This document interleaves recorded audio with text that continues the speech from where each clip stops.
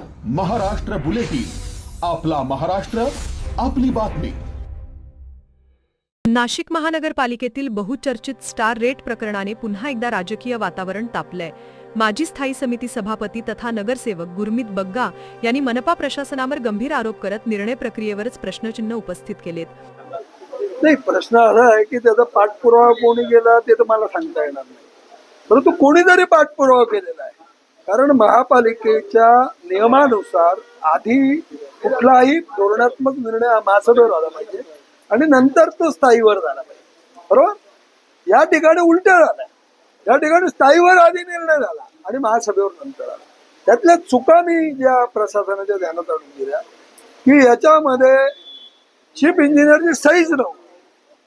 Pre audit आम्ही करतो ते प्री ऑडिटच झालं नाही, बरं का. अकाउंटंट ऑडिटर यांच्याकडनं प्री ऑडिटच झालं नाही. त्याच्यानंतर यांनी डॉकेटमध्ये म्हटलं होतं की कॉन्ट्रॅक्टरच्या लेखी मागणीनुसार तर यांचा डॉकेट आधी गेलेलं आहे 7 तारखेला आणि कॉन्ट्रॅक्टरने 15 तारखेला बिल मागणी केली. म्हणजे कॉन्ट्रॅक्टरने 8 दिवस, म्हणजे यांनी स्थायी समितीची दिशाभूल केली, फसवलंय.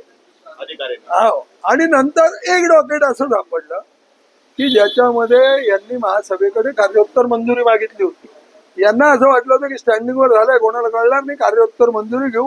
परंतु मी आज आभार मानले की प्रिंट मीडियाच्या, इलेक्ट्रॉनिक मीडियाच्या पत्रकारांचे की त्यांनी हे प्रकरण उचललं, ते आमच्या कानावर आलं आणि मग आम्ही जेव्हा माहिती घेतली तेव्हा आमच्या ध्यानात आलं की हे फार भयानक आहे आणि म्हणून याच्या विरोधी आज आवाज उठवला. आणि कालपासून जेव्हा हे ध्यानात आलं तेव्हा प्रशासनानं आज स्वतःहून ते डॉकेट परत केलं. मूळ असं आहे याच्यातलं सर्वात की तुम्ही टेंडर 4 महिने का केले नाही, उघडले नाही, याचं उत्तर द्यायला पाहिजे ना. फेब्रुवारीपासून महासभा स्थायी समिती सर्व अस्तित्वात आहे, मग 4 महिने टेंडर का उघडले नाही, ही जबाबदारी प्रशासनाची आहे.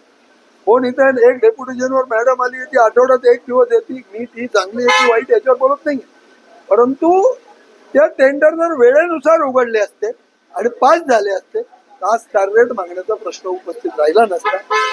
नाशिक मनपाच्या धोरणानुसार हा विषय महासभेतून स्थायी समितीकडे जाणे आवश्यक होते. मात्र अधिकाऱ्यांनी स्थायी समितीची दिशाभूल करत नियमबाह्य पद्धतीने प्रक्रिया राबवली, असा आरोप नगरसेवक गुरमीत सिंग बग्गा यांनी केलाय. संबंधित निविदा वेळेत उघडली असती तर स्टार रेटचा प्रश्नच निर्माण झाला नसता. या संपूर्ण प्रकरणाची सखोल चौकशी करून दोषी अधिकाऱ्यांवर कठोर कारवाई करण्याची मागणी करण्यात आली आहे. स्टार रेट वादामुळे नाशिक महापालिकेतील प्रशासन आणि लोकप्रतिनिधींमधील संघर्ष पुन्हा चव्हाट्यावर आला असून विरोधकांनी मनपा प्रशासनाच्या पारदर्शकतेवर गंभीर प्रश्न उपस्थित केलेत. महाराष्ट्र बुलेटिनसाठी भूषण जैन, नाशिक. महाराष्ट्र बुलेटिन, आपला महाराष्ट्र, आपली बातमी.